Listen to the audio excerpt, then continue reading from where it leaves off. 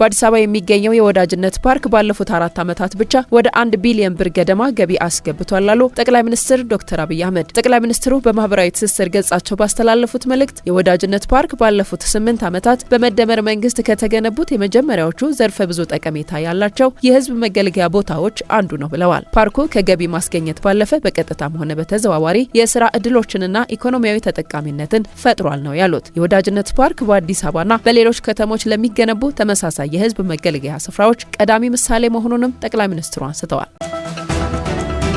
በሳውዲ አረቢያ በአስቸጋሪ ሁኔታ ላይ የነበሩ 1708 ኢትዮጵያውያን ወደ ሀገራቸው ተመለሱ። ተመላሾቹ 773 ወንዶች፣ 677 ሴቶች፣ 76 ጨቅላ ህጻናትና 163 ከ18 ዓመት በታች ታዳጊዎች ናቸው። የመመለስ ስራው ከተጀመረ እስካሁን ከ92000 በላይ ዜጎች ወደ ሀገር ቤት የተመለሱ ሲሆን ተመላሽ ዜጎች በማቆያ ማዕከላት አስፈላጊውን ድጋፍና እንክብካቤ እያገኙ እንደሆነ የሴቶችና ማህበራዊ ጉዳይ ሚኒስቴር ገልጿል።